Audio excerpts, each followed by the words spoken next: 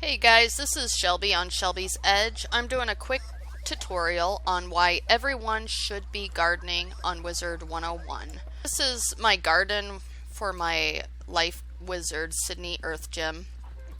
I have some of it already done, but I just wanted to go over a few things for some of you that aren't very familiar with gardening and why you really should be gardening.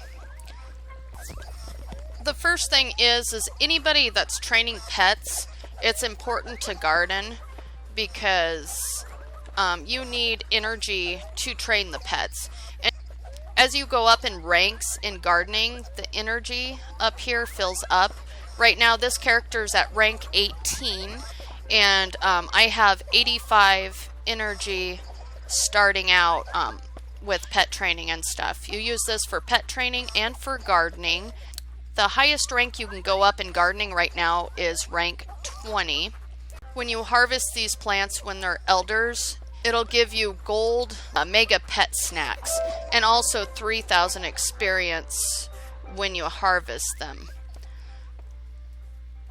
I have huge gardens on most of my characters on this account, and this is just my life one. I think I have at least 90 to 100 different plants here, and the main things that I grow are evil magma peas and couch potatoes for two reasons: so I can get the mega pet snacks and you don't have to buy them or farm for them and things like that. I have so many because at the beginning I let my plants go to elder and I waited until the double gardening experience, which it gives you double everything including the seeds, and this has been like over years I've collected this many. For the evil magma peas, their needs and likes are different.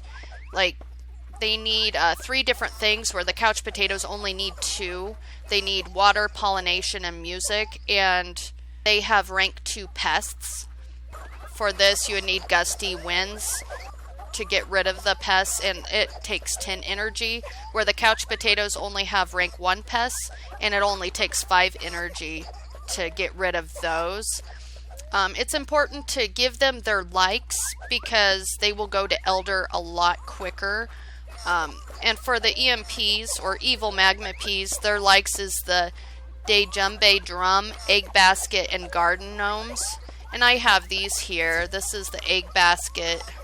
Oh, whoops, I meant to move that. It's right here. And the djembe drum is here, and the garden gnomes. I know I have one somewhere over here, but I'm not sure where I put it. All of these you can buy at the bazaar, and when you're placing them, you'll find them under this little decoration light, and these are usually where the plant needs are at. Not always, but usually.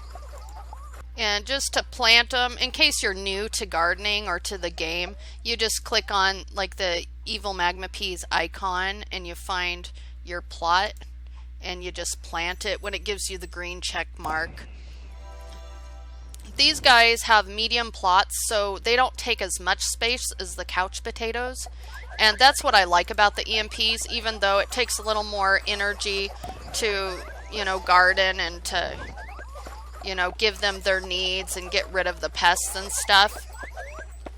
I kind of cheat a little bit because since I have massive gardens, it works better for me and takes up less energy if I buy the gardening treasure cards with crowns. So if you have a little bit of crowns, you can do that. And where you find that is under housing, and you click on gardening.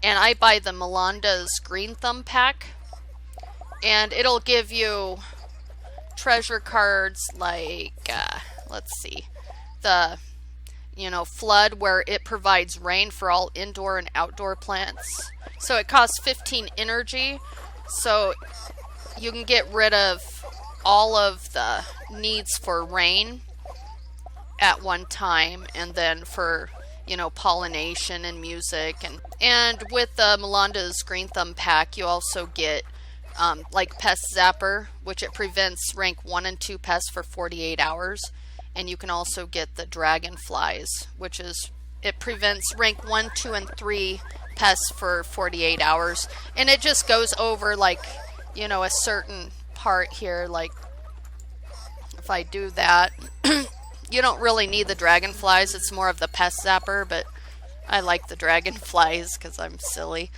It'll do that. That way you don't have to come back and get rid of pests, you know, as often. Now, if you have all of their likes and their needs covered, it takes about 2 to 3 days to get them to elder so you can harvest them.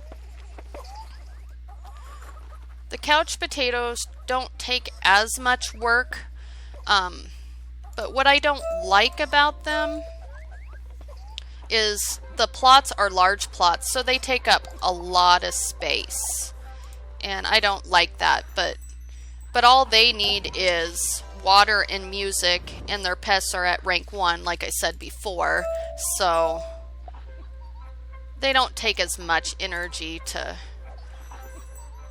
garden them. But like with the mega pet snacks, they give you anywhere from like Shanta pudding, killer tomato. Oh, that's a 7 though. Golden wheat bread is a 9.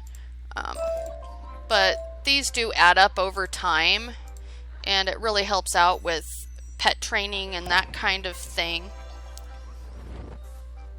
Now in the lower levels, to get up ranks, because I think these guys are a rank, let's see, yeah, it says a rank 3. So if you can just garden whatever you can at the very, very beginning when you first start out, and once you get to rank 3, you can start to grow the couch potatoes. The evil magma peas are a rank 4, so they're a little bit higher.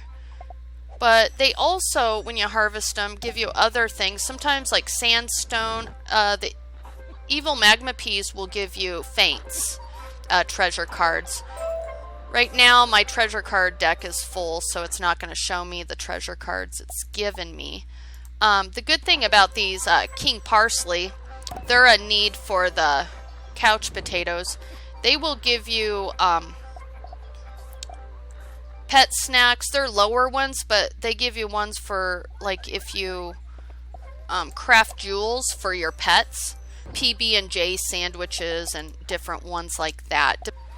And in another tutorial I could show you where you start that, because I didn't know that for a long time, where you go at the pet pavilion to get the recipes so that you can craft your jewels for your pets.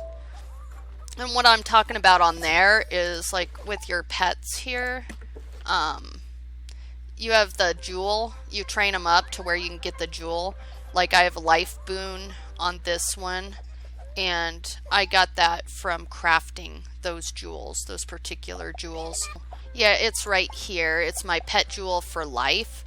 And what you need is like the barbecue drumsticks, and then you need steel and jade. I've done a few tutorials on gardening in the past, and I haven't really covered, you know, a whole lot on them. I just assumed everybody knows how to garden.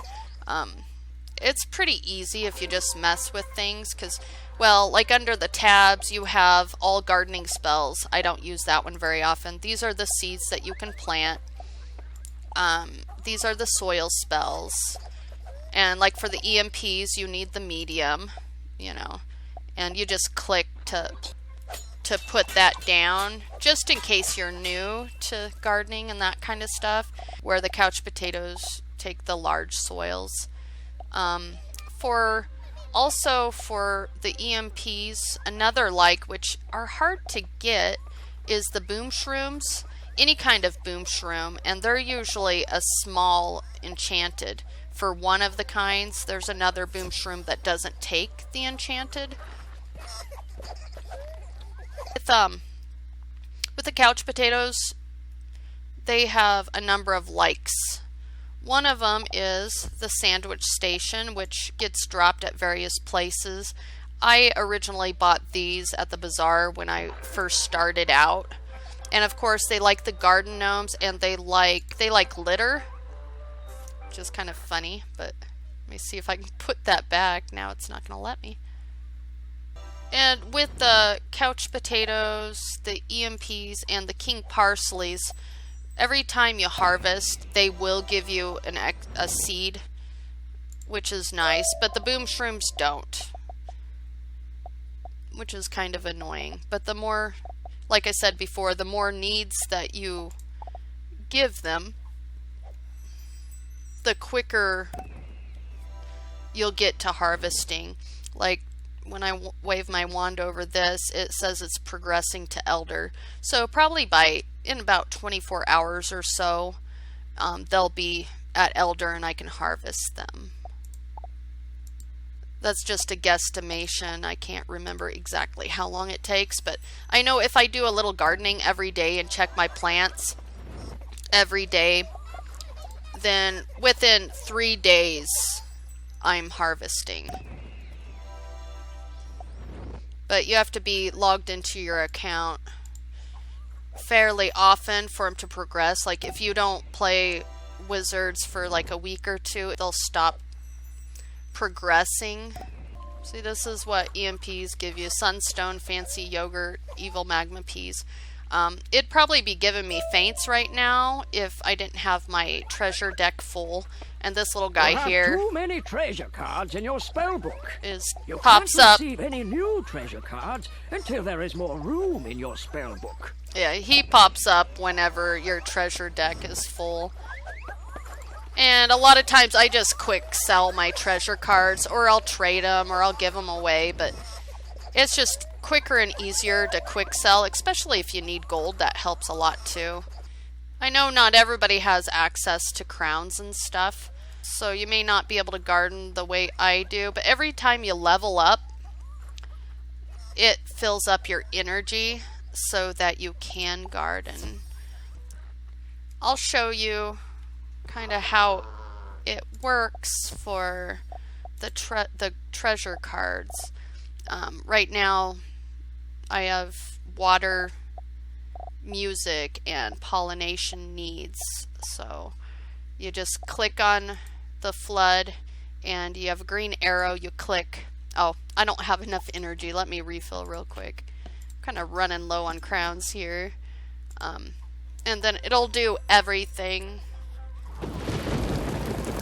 all at once, and that's what I like. I'm a little bit lazy with gardening because it does take a lot of work if you have to go through and like if you have to go through and do like the water, it only does a certain amount of space, or the bees and that kind of thing. And you do have to buy all of these from various places, like in Mushu, Crocotopia. When you first start gardening, there's a groundskeeper that you can buy those things from. And actually, this is one of my smaller gardens that I have. I believe my storm character right now is the one with the largest garden. And also, if you're new to gardening, the icon over here will tell you that you still have needs, because it's got like a little pest here, and sometimes it'll show it wilting, like they're dying because they're getting ready to die. It'll warn you on that.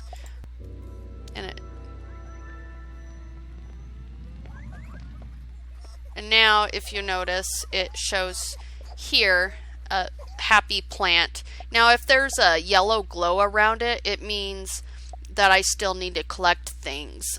Sometimes they'll have the yellow rings around them right here.